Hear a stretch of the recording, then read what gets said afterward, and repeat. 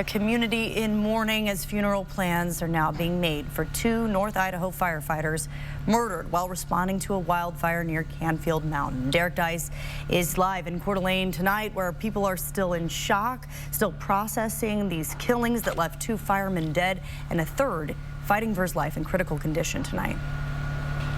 Yeah, that's right, Kirsten. I'm joined once again by Hunter Bertram here. And Hunter, here on Canfield Mountain, this happened just up the road from where we're at. This scene here, we got to remember, this all started with a brush fire.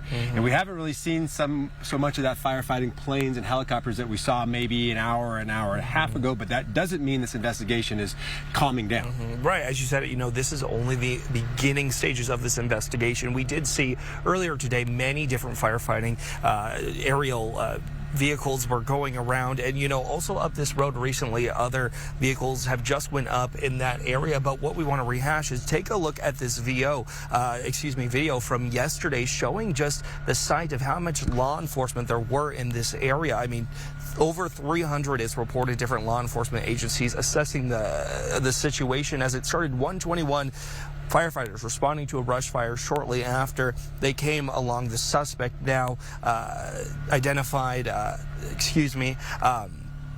came along. The suspect had a confrontation with the suspect.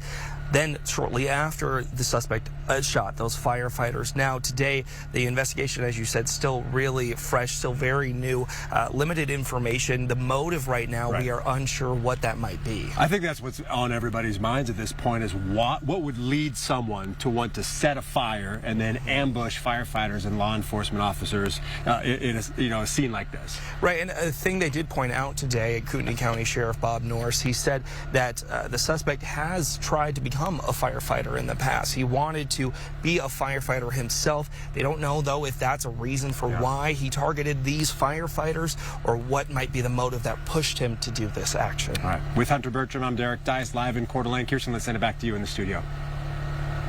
Thank you both. We continue our live team coverage tonight with more on the impact these three victims had and the tragic loss for our community. Mary Sheridan is live in Post Falls now with how the community is coming together to show support for firefighters and all of those who are left reeling by this act of violence. Well, several people spoke at tonight's press conference, both chiefs from the city and county fire departments, along with the mayor of Coeur d'Alene, really emphasizing the impact this is having on our community and how the community is responding back. I want to give you a look at what I saw today on my way into Coeur d'Alene. Flags flying at half-mast all around the inland northwest today. The fire chiefs delivered an emotional address this evening, honoring the achievements of the late battalion chiefs Frank Harwood and John Morrison. They also wished a swift recovery to the wounded engineer Dave Tisdale, recovering now at Kootenai Health. Ultimately, fire leadership emphasized gratitude for all the agencies that came together on one of the darkest days in Coeur d'Alene's history. We would like to thank the numerous regional agencies that have provided resources and support over the past 24 hours. The community support has been nothing short of amazing, and all agencies involved we'll be needing every bit of that moving forward as we have a long road ahead of us.